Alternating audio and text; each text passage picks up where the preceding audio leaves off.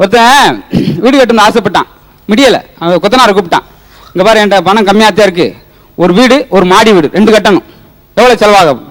1.5 லட்சம் ஆகும். என்னையா என்கிட்ட இருக்குது 50,000 தான், எப்படி 1.5 லட்சம் ஆகும்? கீழ் வீடுக்கு 1 லட்சம், மாடிக்கு ஒரு 50,000, சரியா அப்படின்னா? சரி, அப்போ என்கிட்ட கம்மியாக இருக்குது 50,000 தான் இருக்குது, முதல்ல மாடியை கட்டி கொடு, அப்புறம் வசதி வந்தப்பனா நான் கீழே கட்டிக்கிறேன் அப்படின்னா. இதை விட இந்த வாடகை வீட்டு போவாங்க, வாடகை வீட்டு போகிறப்ப ரொம்ப கொடுமையாக இருக்கும். ஒருத்தன் போய் கேட்டிருக்கான், இந்த ஏரியாவில் தங்க வீடு கிடைக்குமா அப்படின்னு.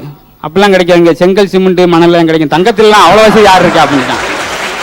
என்னடா பூரா இப்படியே நம்மளுக்கு வந்து சிக்கிறாங்கன்னு சொல்லிட்டு நேரடியாக பண்ணி வேண்டி எதுவும் கேட்கக்கூடாதுன்னு சொல்லிட்டு ஒரு ஆள்கிட்ட போனால், இதாங்க வீடு பார்த்துக்க அப்படின்னு மேலே பார்த்தேன். மேலே ஓட்டு வீடு, அன்னைக்குன்னு மழை வேற ஒழுகிக்கிட்டு இருக்கு பயங்கரமாக. என்னங்க எப்படி ஒழுகுது, ஓடு மாற்றக்கூடாதா அப்படின்னா. அதுக்கு அவர் சொன்னார் ஓனர், இப்போ எப்படி மாற்ற முடியாத, மழை வெஞ்சிக்கிட்டு இருக்கல அப்படின்னா. ஏய் என்னையா ரொம்ப அகராதியான ஆளர் போல, இப்போ என்ன பேவா சம்மர்ல கோடை காலத்தில் அப்போ மழை பெய்யாது, அப்போ மாற்ற வேண்டியானா, அப்போதுக்கு வீணா மாற்றிக்கிட்டு அப்போ தான் ஒழுகாதில்லை அப்படின்னு இருக்கான். அசத்தல் டிவி இது வெறும் பொழுதுபோக்கு சேனல் அல்ல, மக்களின் மனதை பழுது பார்க்கும் சேனல்.